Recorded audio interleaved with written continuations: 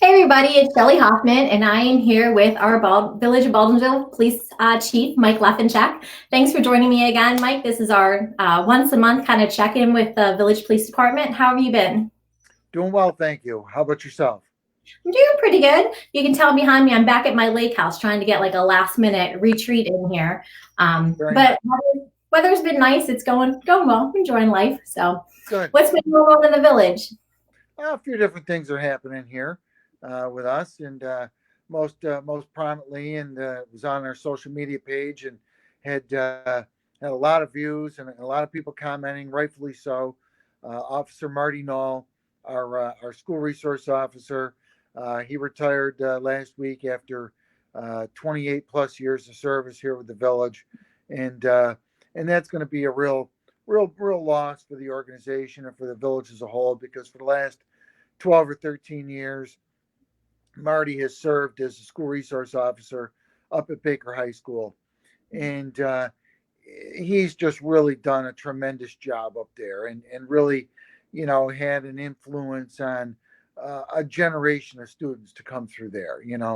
Um, and it was very heartening for those of us at the police department to see the comments on our Facebook page and social media from many of the past students who mentioned how Marty took the time to talk to them, what a great guy Marty was and is, and how much they appreciated him, and all wishing him nothing but the best.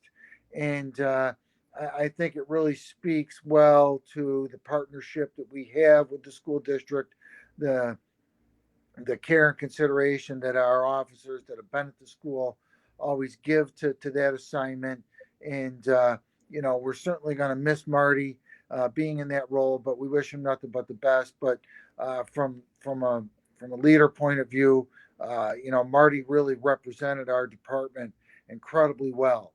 And there's really no one more visible in the public eye on a daily basis than him, because you think about the number of students that are at that school, along with staff and everything else that's there, and how visible a position that is. And he's really done a tremendous job to represent us there. No, he has. I saw it myself at the protest that the young woman had put on, Mm-hmm. and he was just right there communicating, walking with the kids. Very well respected. And I did watch the. You guys did a live video, or someone did a live video of his, his last day. Now, I did hear from a little bird that he might be still helping out a little bit in the police department. Is that true, or is he done? Nope. He it was interesting because obviously we're meeting via Zoom. We're not in person. The village board meets via Zoom, or I believe, or one of these social distancing platforms. And uh, I was chatting with Marty before the last village board meeting, and I said, "Are you going to stick on part time or not?" And he said, "Yes."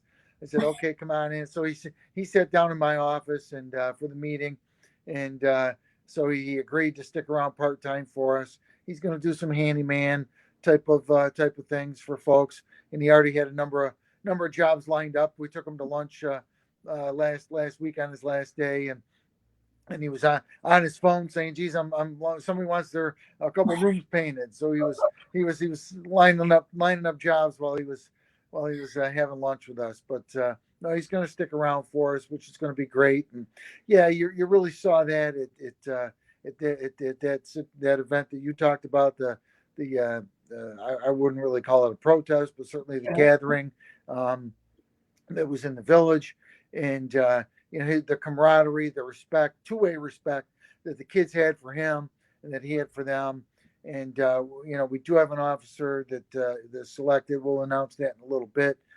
That's going to be going up to the school, and that'll be taking his spot. And Marty's 6'5", and obviously this officer is going to have some big shoes to fill, literally and figuratively, up there. Um, but the changes is sometimes good, and this new officer will have the ability to put their particular personality into that role. And it's nice for us that Marty's going to be around to be a resource that we can utilize. His knowledge and experience and abilities will remain in the village for us for a little bit, so that'll be good as well. Yeah, absolutely. So, all right. So what else? I know that's not the only thing that's happened in the village in a month. So what else has been going on, sir? No, it's not. And a couple of things we wanted to touch base on. First and foremost, you and I were chatting about this a little bit. I know the mayor's talked about it. Shortly before you and I went live, I was talking with our staff that answers the phone here, our clerical staff, and said, geez, is there anything you would like me to make sure I talk about? And one of the things is if you need police assistance, to call 911. Shelly and I were chatting. Certainly, when we were both younger, when 911 came into existence, it was really at the forefront of don't call 911 unless it's an emergency. Yeah. And that has evolved over the years greatly. We do have our clerical staff that's in our building from 8 in the morning till 4 in the afternoon. And that works great if you've got a question about, having a car seat installed in your vehicle, or you've got a question about how do I get a copy of a report. The call that administrative number that's on our website. We'll be happy to answer those questions for you. But if you've had something stolen out of your vehicle, and I'll get to vehicle larcenies in a couple minutes, or you need a police officer to show up at your house right now because of a situation that's occurring. You might not be an emergency in your mind, but you still need to talk to a police officer. Then you need to pick up the phone and call 911. And the reason for that is 911 is the most direct link to the 911 center. Every police department in Onondaga County has all of our calls dispatched from the 911 center. So it doesn't matter if it's the county sheriff's office, the state police, the village of Baldwinsville, the town of Camillus, the town of Manlius, or any other locality. We all get dispatched from that 911 center. So that's the direct contact to there. And then that gives them the most quick and access information to get to our patrol officers. So I do have one question on that. I'm sorry. Sure. If I'm standing in the village, we'll say in the Baldwin Square, and something happens, which that's where my office is. Yep. If I call 911, you have the village police and you also have the sheriff's department right down 31, by Radisson. If I call 911, do they send village because I'm in the village, or do you see what I mean? Like, how do they know who to dispatch to where you are? That's a good question. And just to clarify, it's actually the state troopers barracks that's out there. Oh, sorry. So, but I've never seen them in person, so. and that barracks is that's not manned 24/7. So, the troopers report there. They get their patrol cars there, and then they go out on patrol from there. So, how the 911 center handles things is if it's a situation that's in the village officer has responsibility for that because we're so small. The caveat to that being is that if it's an emergency call, if it's and forbid a robbery in progress, let's say somewhere, then all of the patrol vehicles in the county have what's called AVL, automated vehicle locators. So the dispatcher is going to dispatch the closest units to that particular call because the goal is to get law enforcement there as rapidly as possible. It doesn't matter which law enforcement entity it is. We just need law enforcement to show up as fast as possible. Okay. Generally in the village, because we are, a little over 3 square miles, traditionally our officers are going to show up first. We have an average response time of about 4 minutes. That's from the point in time someone picks up the phone to call 911 to the point in time our officer shows up. On emergency calls, it's traditionally shorter than that. Now, not every time. Our officers might be tied up on something. The emergency call might be going on in Candlewick, and our officer happens to be down on Ellsworth Road, which is the farthest away you can get in the village, or down in Community Park. And it might take them a little bit longer to get to Candlewick just because of where they were in the particular community at the time. So, but traditionally that's us. So on a countywide basis, though, that's how they handle that for those priority 1 emergency calls. The closest unit, doesn't matter who it is, they're going to get dispatched to those.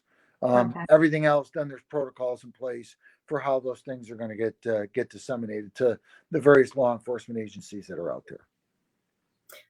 So that completely makes sense. The other conversation I had with one of your officers, because again, 911, I was told you need to be in major emergency to disrupt or to, bother basically the emergency services. Was, if something happened a week ago and you just noticed it and you wanted to report it, and you call 911 and they come, my conversation to your officer was, well, what if some major emergency is actually happening and I'm taking up your time with something that happened a week earlier? And then he just reminded me, which of course you would as well, that, because you're in constant contact, if emergency came up, he'd look at me and say, hey, I'll get back to you. And off they go. And, and obviously those priorities take precedence. And I want to mention that because we do feel sometimes 911 would be wasting time if it truly wasn't an emergency. But from what I'm hearing from you and the mayor and the officer I talked to last week or the week before, that's just the number that we need to get used to for police support, correct? Yes, exactly. And so what would happen in that scenario that you just described if our officer was on scene with you and, something that was not a major situation, but you wanted to report something to us, they would notify that officer. They would just get on the air and say, copy notification. And then they would notify that officer, hey, this is happening, whatever that emergency might be. And then the officer can make that professional decision of, hey, Miss Hoffman, I've got to leave. I'll get right back to you. I've got to go handle this. Okay. And that way the officer then heads out and goes and handles whatever that serious incident is. And if it's something that they can't handle, that they can't leave because they're tied up on something and maybe you thought it was not serious, but it's turning very serious, or someone's shown up on scene that they need to deal with, then they're going to let the control center know that as well and say, I can't clear. And then they'll dispatch someone else to go. So it's not a problem at all. So we deal that, all the law enforcement agencies, we're trained in that. We deal with that on a fairly frequent basis. Okay. I appreciate clarification because, like I said, when you're taught something when you're like 3 years old, it's really hard to untrain the brain. Unlearn it. Yeah, absolutely. It's like riding a bike. Once you know how to do it, and the same thing, you kind of call 911. You don't want to do it because it's that emergency, and it has evolved over the years. That's why we used to have on our patrol cars the long, the 10-digit number, call 635-3131, 315. And now it's just call 911. Nobody puts those long numbers on there anymore. Just call 911. It's because that's what we want you to call. All right, perfect. Yeah. So what else has been going on? What's been going on that maybe you're getting called 911 for in the village? Anything major? Yeah, not just in the village, but especially in the area of the village and around the county. With the nice weather, and I've talked about this before, is the number of vehicle larcenies. So that means the number of items that are taken from vehicles, not cars that are stolen per se. But people are leaving their cars unlocked, and then individuals are going around during the nighttime hours and going into the cars and seeing what's available for them to steal. Yeah. So they're not breaking windows. They're not doing anything to get into the cars. These are all crimes of opportunity. So if people can just really, really, really remember to lock your cars before you are in for the night, that will solve almost all of those problems for us, because people are not smashing the windows of the vehicles because it's summertime. Many folks like to leave their windows open at nighttime while they're sleeping. That's going to draw a lot of attention to those criminals that are doing that, and they're going to be more easily found out and apprehended. So people are just leaving their cars open. So if you can please remember to lock your cars, that would help us a tremendous amount, because then we won't get those calls. Okay. I'm better at that now because I usually have always had a garage and now I don't. So I literally have your voice in my head when I walk in the door, grab my keys, lock the door, put the keys in the counter. Because I used to leave my keys in the car. I'm not going to lie. Car was unlocked, keys were in it. I was like basically put a sign that says "Steal me, rob from me." It's available, but I have gotten better since I moved into the village for that reason. Well, you're not the only person who I've had this conversation with who has told me that very exact same thing. So just keep in mind that, cars are stolen. They end up God knows where. I remember a case a number of years ago where we had a car stolen from where it was now O'Reilly's Auto Parts. Car was stolen from that parking lot, and that car got recovered in Pennsylvania, right next to a spot where another car got stolen, and that car didn't get recovered until it got recovered in California. So someone stole a car in Baldwinsville, made their way to Pennsylvania, and then stole another car there and made their way to California. So you don't know who's in town. You don't know where they're from. You don't know where, we always joke all roads lead to Baldwinsville. Because we get, people that show up and you're like, what are you doing here? And how did you get here? Because they're from God knows where, but they managed to, make their way here somehow. So it's a fairly safe community, but, we can make it safer by locking our car doors. Okay. Okay. Any other items? I know there's some nice creative driving maybe going on a little bit. We talked about. Yeah, so we have had a number of complaints from residents about vehicle speeding, and we do have a speed reader. Many of you have probably seen it out there, where it tells you what speed you're going, and we move that around the village, with the goal is to just try and make people cognizant of, geez, this is how fast I'm going, and the speed limit is 30 in the village, and you've got to remember that on our narrow village streets, this is a village that started in the early to mid 1800s, when it was just horses and wagons. So, many of our streets in some parts of the village are narrow.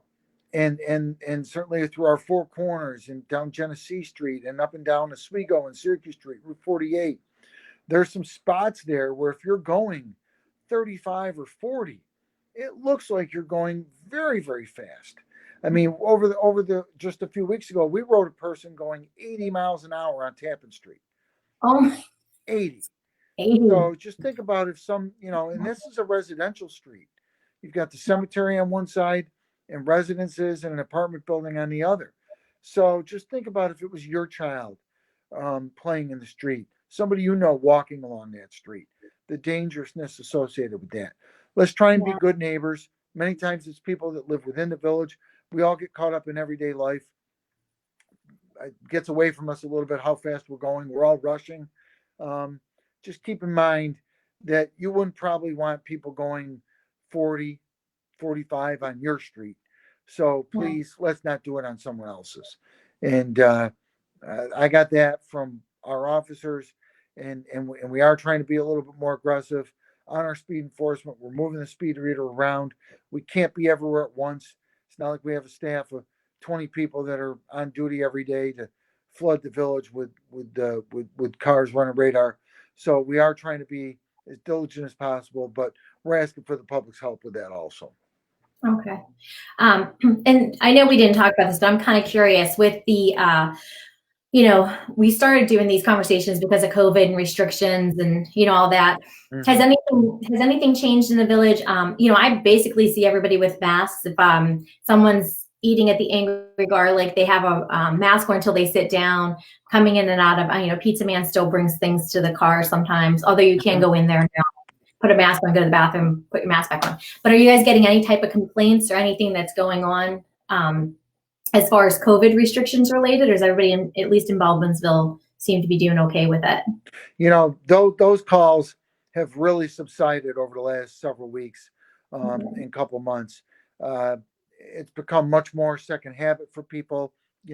We're still getting calls. All right, how many people can we have? And I actually had somebody research that the other day. How many people can actually be gathering and outside, maintaining social distances?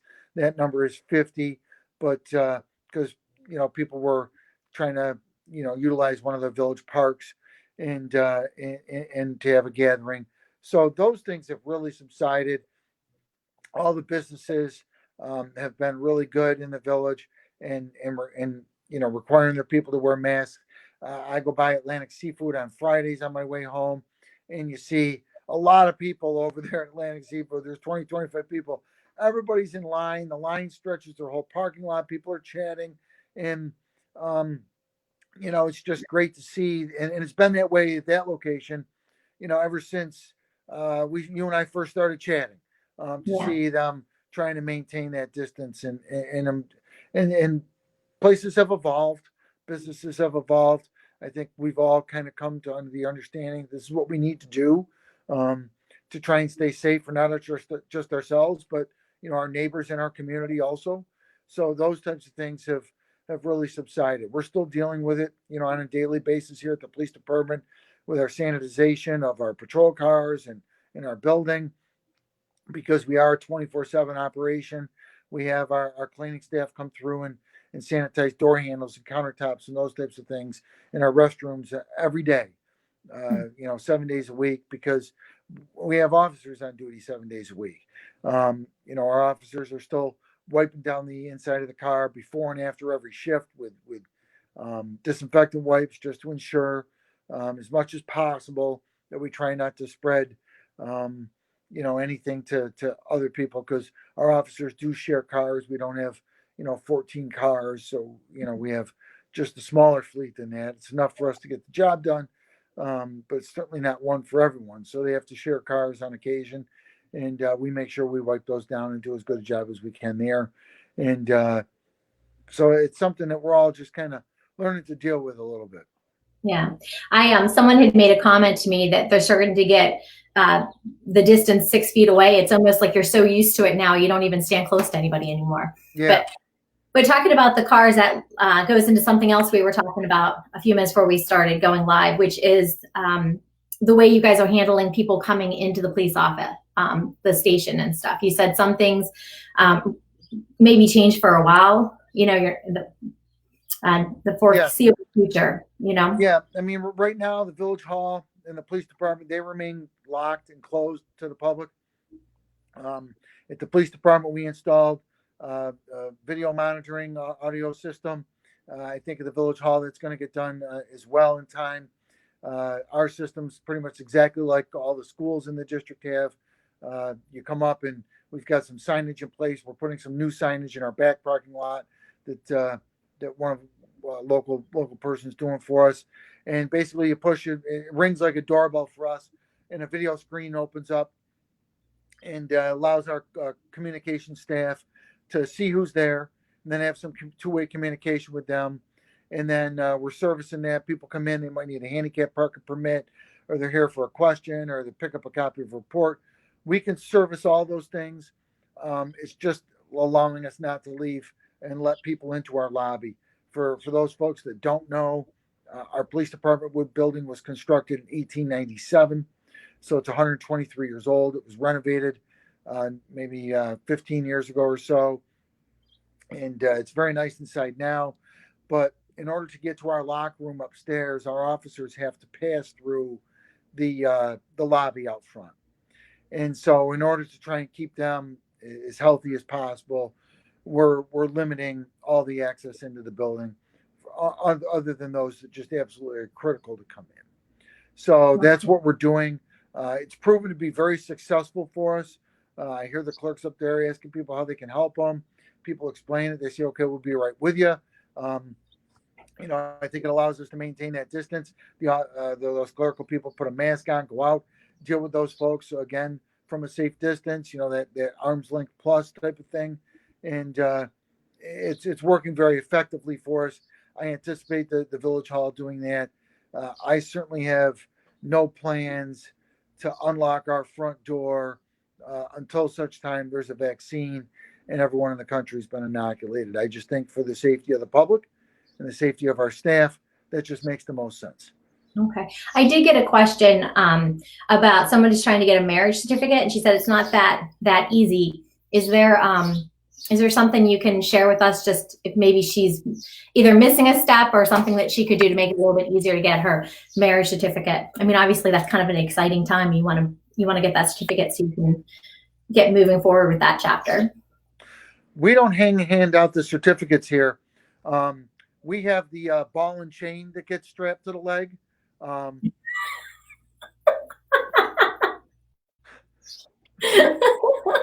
That's what we have at the police department, is the ball and chain. The ball and chain. Yes. So where can they go for the? Do you happen to know where they can go for the certificate? Yes, I do. And it's actually not the Village Hall. The village clerk doesn't hand out marriage certificates. It would be the town clerk. So it's either the town of Lysander over on Loop Road, or the town clerk over in Van Buren at the corner of Van Buren and Ellsworth Road. That's where you go to get your marriage certificates. And obviously, we wish you nothing but many years of wedded bliss for whoever those lucky couples are that are getting married. We actually just had two of our officers get married within the last 3 weeks here at the police department. They had to like everyone else, greatly change their marriage plans and scale those back to a much smaller event with just their very their family and close siblings for both of them. So I know they're both planning on having much more lively and fun filled parties at some future point in time. But yeah, that's where you would go for your marriage certificates. Okay, that was massive, useful information in so many ways, Chief. Is there anything else you want to share with the community before we call it end our conversation? Yes, absolutely. I know that there with the travel restrictions and the travel ban, and there's 30 some odd states that are on there now. Nowhere near the number of people are taking summer vacations like they have in the past. But still, I know people are going away. They're traveling to New York State or some other place where they can go. If you are going away, keep in mind for village residents, our house check program. It's on our website now. We've done some really good updating to the police department's website. I've got to give credit to Officer Andrea Natoli, who kind of took that by the horn, and she came to me with a whole list of things. I asked her to take a look at it. She came to me with a list of things and said, geez, these are some things I would do. What do you think? And I just looked at her and I said, I trust your judgment. Do it. And she did, and it looks great. We've got a lot of good information on there, but one of those is the house check program. So if you go away for vacation, we will assign that to an officer, and it'll get checked a few times while you're gone. Not every day, but certainly several times during the time period you're away. And then when you're back, I'll send you a letter and let you know how many times exactly it got checked. But that allows for us to know, okay, they're not home. Who actually should we call if we find a problem? If we find a door that's open or something that's going on. Generally that doesn't happen, but if it does, at least we know who to call. And then it also lets us know, okay, they've got a brother or sister-in-law or somebody that's going to show up, or a neighbor that's going to feed the cat or take care of the dog, or no one's going to be there. So that way, if we show up and someone is there, we know it's a problem. So that's a very successful program. We like it when our residents take advantage of that, and I would certainly encourage anyone in the village to do just that. You can go onto the website, you can download that form, and then you can send it in and you could scan it in and email it to our clerks. You don't have to call 911. You can call our administrative number and let them know, hey, I'm going to be going away. This is the time period. This is where I'm heading to. This is the number to contact me, and we'll check your house while you're gone. Okay. You don't go in the house though, correct? You just check. No, because we want the house locked. It's secured. And I think I mentioned this when we were talking, Shelley, when it was actually snowing and blowing out back in March. I mentioned this, I think. But our house check program. But no, our officers will get out to walk around, ensure that everything's is secure and okay around the property. Okay. Yeah, because when it was snowing, we were talking about footprints. You could actually see if somebody has been up to the door to a window or something. So exactly. So yeah, no. When it's snowing and blowing, if there's 2 feet of snow, you kind of know if someone's been there or not, because if there's no footprints, you don't have to worry about it. So we don't have the officers get out and trudge around, because I didn't enjoy doing that when I was a police officer. But if you see the footprints and you're like, all right, what's going on over there? And then you got to go do that. So yeah. True. So, okay. Well, again, I always like to be reminded of that program, because I tend to forget about it. Not that I'm going anywhere, because like you said, with COVID, I was actually supposed to leave for Ireland yesterday. Oh, and yeah, for my son, his graduation party present, everything was a trip to Ireland to celebrate with one of his friends. But there's a 14-day quarantine in Ireland. We were only going for 10. A whole lot of reasons we didn't go. But, but you're right. I'm friends with a travel agent. She said people are traveling within New York. They're checking out, I think you've done that lately too. They're checking out state parks and waterfalls. And, we have a beautiful state. So there's definitely a lot here. Yeah, it really is tremendous. I've been out to Letchworth. I've been down to Watkins Glen. I've been up to the Adirondacks. And the hiking and the views are just been spectacular in those places. And to your point, I've had this conversation with other people. You think about it from where we live in a short period of time, you can be in, the greatest city in the world, in New York City. You could be out on Long Island, and you could fish in the ocean, and be in the ocean. You can head out to Niagara Falls, and see the wonder of what that is.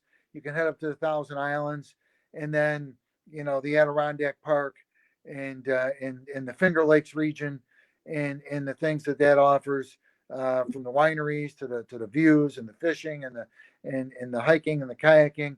It's just incredible. And we really do. Sometimes, I know, in the wintertime, when it's January and February, some of us look at each other, and you and I have had this conversation, like, why do we live here when you can't stand outside and talk for 2 minutes, because otherwise you get frostbite. But it really is quite a place to live. And and for the record, I want to clear this up on my ball and chain comment. My late wife is probably rolling in her grave, and something bad will befall upon me. Something will hit me in the head. I have no doubt about this. I was many years of wedded bliss, so just want to wish all the newlyweds out there just great partnership. So just want to clear the air on that one there. I got to be honest, when you made the comment, just from what I've heard about your relationship with your wife, I thought, oh, she's gonna get on later. Oh, no, I don't know how she's gonna do it from up above. She's been past a few years, but no, something will befall me. There's no doubt in my mind that her spirit's looking down, going, okay, you've earned whatever's coming to you. So Yes. So. I had to make an apology there. So. Too funny. All right. Well, anything else that was on your list that we didn't cover today? That's all I've got on the list, unless there's anything else. And I just really appreciate, again, the opportunity to talk to the community. It's always amazing to me. People come up or comment to me that they watch it or have seen it, and I think that's great.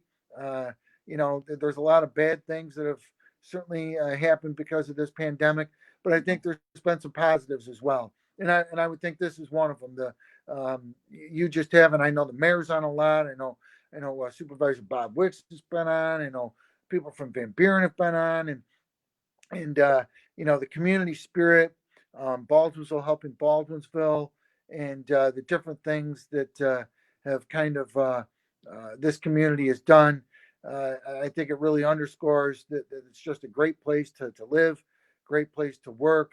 I know Superintendent McDonald and his team have just worked diligently to try and come up with a plan. And my lieutenant, Mike Lefancheck, and I were talking about that this morning. I do not envy him and his team at all for what they have to come up with. And we've got a number of people here at the police department whose children go to school here in Baldwinsville, and the decisions that impact them. And we've certainly been in talks with them about our school resource officer program, and we had Officer Null's final walkout up at the school grounds because it allowed us a place to do that in a more socially distant area, more socially responsible, and with Marty's connection to the school and the number of teachers and staff that were there along with members of the department and in the village. It was just an outstanding thing for us to do, and appreciate the partnership with him. So you look at the way that our community has really come together in all different areas, the whole fabric of the community. It's really been great. So I think in that sense, this situation has kind of brought people together. It's certainly allowed us to help each other out a little bit more, and to be as neighborly as possible. And I think the Baldwinsville community pride has really shown through. No, I agree. And just one thing I want to add to that is people who generally, woke up, went to work, came home at 6 o'clock to get the kids the activities, the dinners, they were just working because they were working from home or things changed. I think they learned a lot more about Baldwinsville, the town of Lysander, the town of Van Buren, the village. What it does have to offer and how people kind of band together. So it did make everybody more tight knit, just because people that didn't have the time because of work schedules and the busyness, had a little bit more family connection time, community connection time. So I think it's a lot of bad things have come out of it, like you said, but I think a lot of really great things have too. So absolutely. So, all right. Well, as always, I enjoy talking with you, and I will lock my doors and tell everybody else to lock their car doors when I see them. Please do. Please do. Yep. All right, Chief. Have a great day. All right, and we might be I think next month, Shelley, it'll probably be the second Monday because I think the first Monday is going to be Labor Day, so we'll have to postpone that till the second Monday then. Okay. All right. Sounds good. All right. Bye. Talk to you soon. Bye now.